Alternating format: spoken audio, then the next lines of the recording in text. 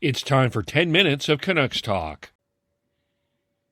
You need to find a way to balance that out and make sure that going forward, and especially going into next season, starting beginning of October next season, that they need to be ready to go, be able to toe that line properly and get going, because that's what it takes to be a winner in this league. They have the skill. They have the young players who are skilled enough to be successful in this league, at least up front for sure. There are some holes they need to fill in the roster. I'm not going to argue that at all. But they need to find the top players still need to find a way to find that right balance. But that's also something that every team goes through. Sure, there is a learning curve with everybody that goes involved in that, for sure. But I mean, I guess the question comes down to, like, 200-foot play. We've spent a lot of time on the forwards, but I mean, let's other than Quinn Hughes, other than OEL, other than Tyler Myers, there's a really solid group of 6 and 7D here that are playing 1 and 2D positions, and they have to fix overall. And I'm sure with Cami Granato and Emily Caston-Gay and Derek Clancy, I always keep forgetting him, Patrick Alvin, who, by the way, is a GM. I think most people are forgetting him. Jim Rutherford. I think they know they need to improve on defense, but let's at least acknowledge that defense, they have to fix it. And it's an organizational need to fix.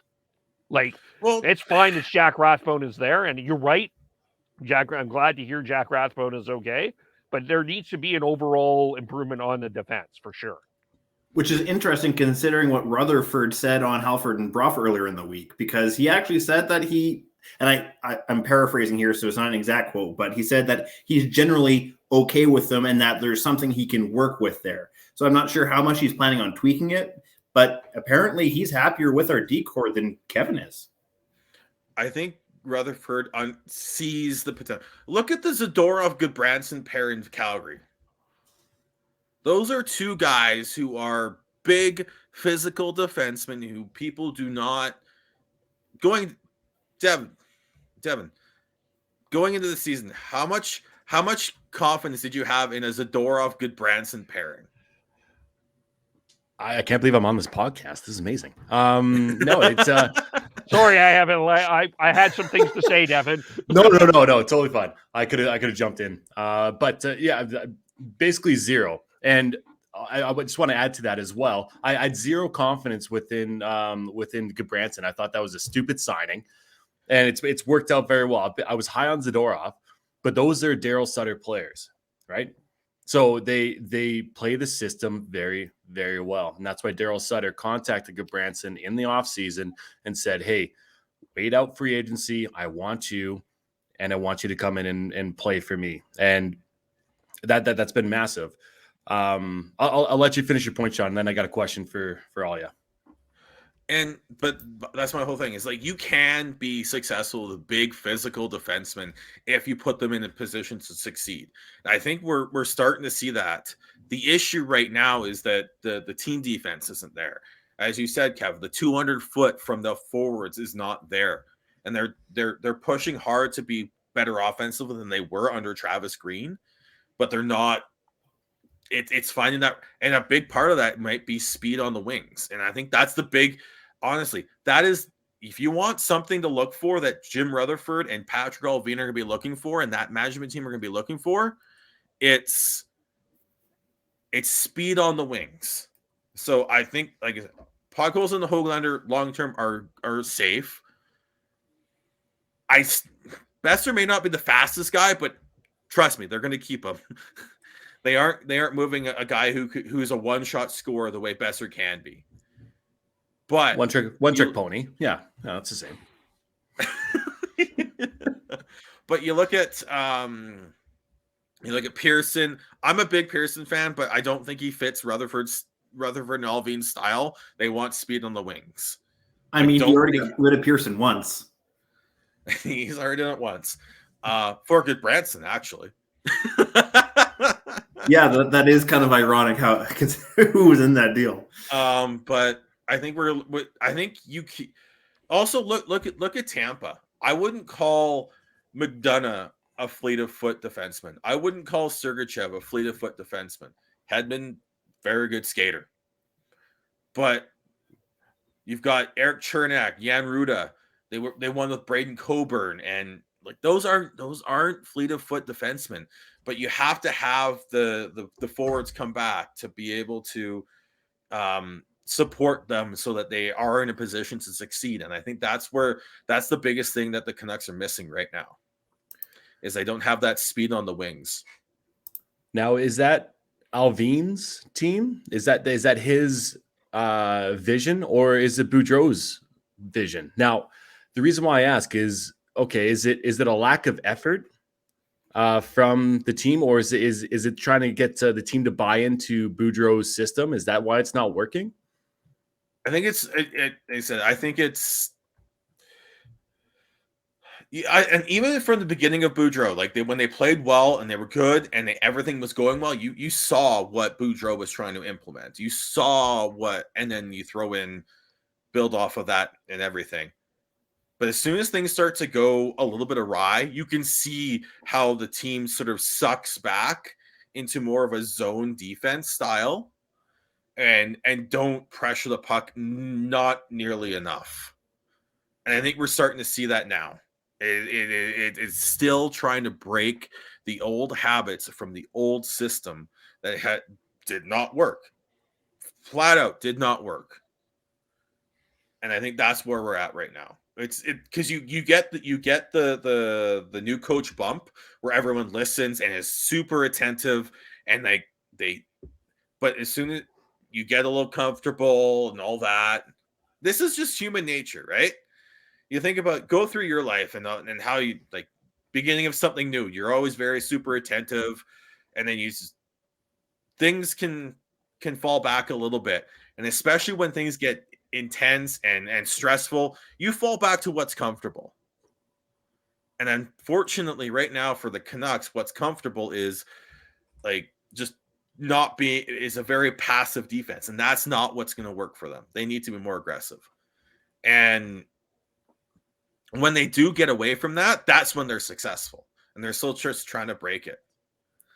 I think ultimately what Sean's trying to say is that kind of like how Sutter's Flames kind of excelled a lot better once they had an off season to implement what Sutter wanted to do instead of just the first, 20 or so games. They got onto a roll, and it was actually sustainable with what Sutter wanted to do moving forward.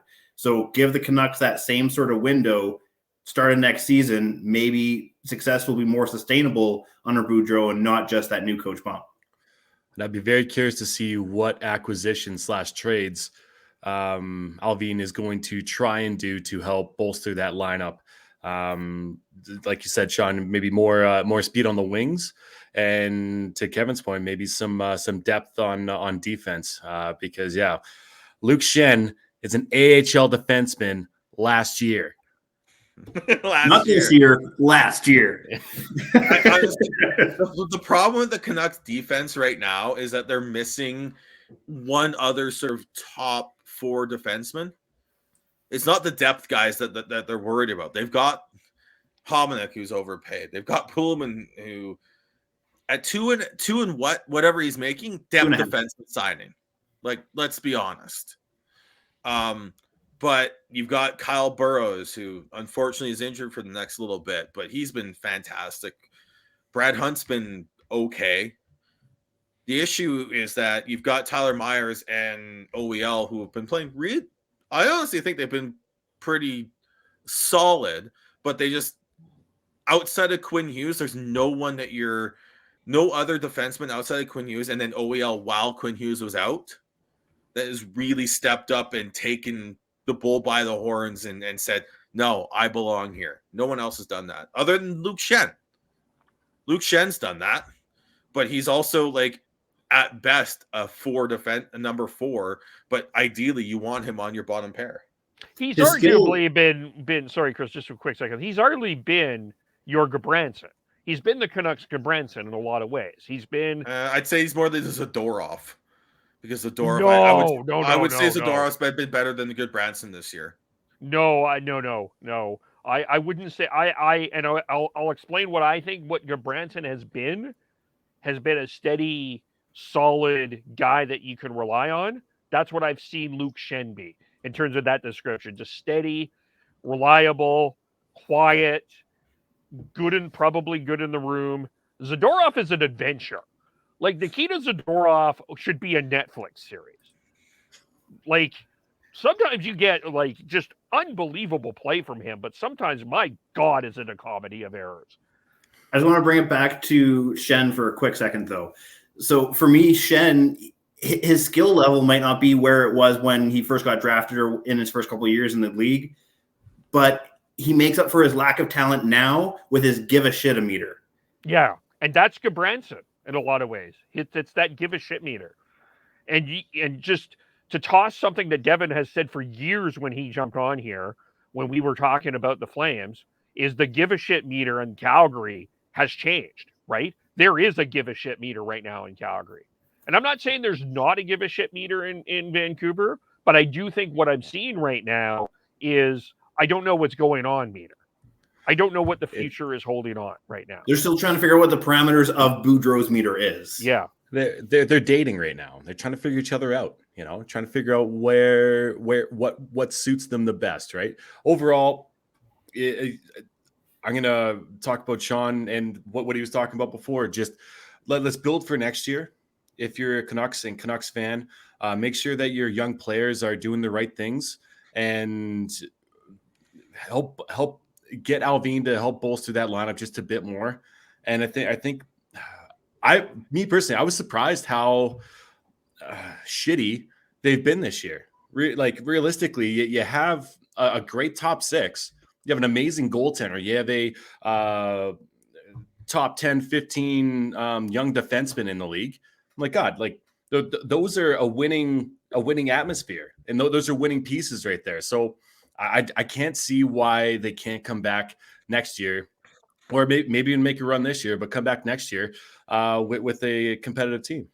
For more, go to follow us on Twitter at Shifts and Pucks, Facebook.com Shifts and Pucks, YouTube.com Shifts and Pucks, Twitch.com Shifts and Pucks, and subscribe wherever you get your audio.